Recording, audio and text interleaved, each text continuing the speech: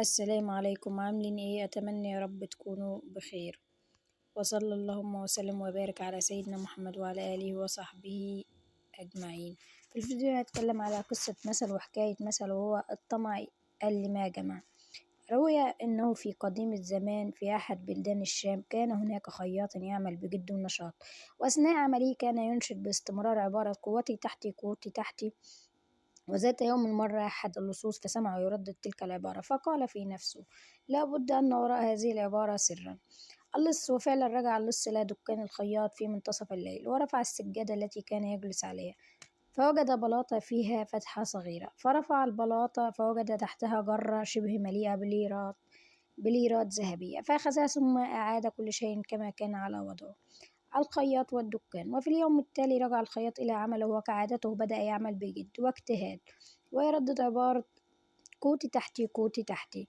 وفي آخر النهار أنجز عمله واستلم أجرته، فرفع السجادة وأسقط الليرة الذهبية في فتحة البلاطة، ولكنه لم يسمع رنين الليرة الذهبية. فرفع البلاطة فلم يجد الجرة، حزن حزنا شديدا وشعر بالضيق والغضب والقهر.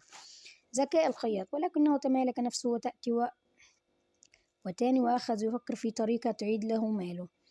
وفي اليوم التالي عاد إلى عمله، وبدأ يعمل بجد واجتهاد ونشاط وينشد وهو مقهور: لو خلاها لعباناها، لو خلاها لمليناها. مر اللص وسمعه يردد هذه العبارة يعمل بجد ونشاط، وسمعه يردد ذلك لعدة أيام دون كلل.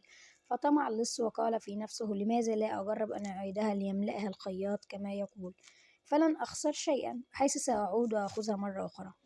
قصة المثل. وفعلا قام اللص بإعادة جرة النقود إلى مكانها. وفي اليوم التالي وقبل أن يبدأ الخياط عمله، رفع البلاطة فوجد تحتها جرة النقود، فقام بعد ليراته الذهبية فوجدها كما كانت، فأخذها وخباها في مكان أمين، وبدأ ينشد وهو مسرور: الطمع يقل ما جمع، الطمع يقل ما جمع. والتي أصبحت هذه العبارة مثلا شهيرا تتناقله الأجيال حتى وقتنا الحالي. وهذه كانت حكاية مثل الطمع اللي ما جمع. أتمنى يا رب أكون ضيفة خفيفة على قلوبكم، وأكون وصلت لكم المثل بطريقة خفيفة. والسلام عليكم ورحمة الله وبركاته.